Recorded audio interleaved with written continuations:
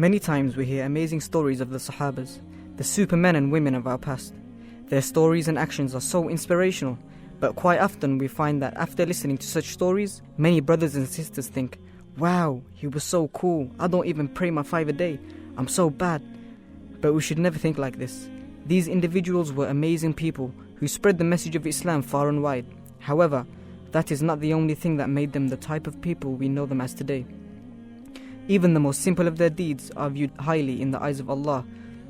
Sometimes we overlook the small little deeds that in fact can take us a very long way. Let's take a look at the hadith about a man from Ahlul Jannah, meaning from the people of paradise. The story starts when a group of the Sahabas were gathered around the Prophet Muhammad sallallahu alaihi wasallam in the masjid one day. The Prophet Muhammad sallallahu alaihi wasallam said, "A man will now enter who is from the people of paradise." And at that moment, a Sahaabi walked in. This incident not only happened once, not twice, but 3 times. This same Sahaabi would walk in when the Prophet Muhammad sallallahu alaihi wasallam said the same thing. Abdullah ibn Amr ibn al-As radiyallahu anhu was desperate to find out what was so special about this man, whom the Prophet consistently said was from Ahlul Jannah. So he went and asked the man if he could stay over with him and follow him for 3 days. He made up an excuse so that the man didn't know the real reason why he wanted to be in his company in order for him to see his natural actions and routine. The man allowed him to stay. But towards the end of the 3 days, Abdullah noticed that the man didn't do anything out of the ordinary. He didn't fast all the time. He didn't stay awake all night. Rather, he slept for some of the night and prayed some of it.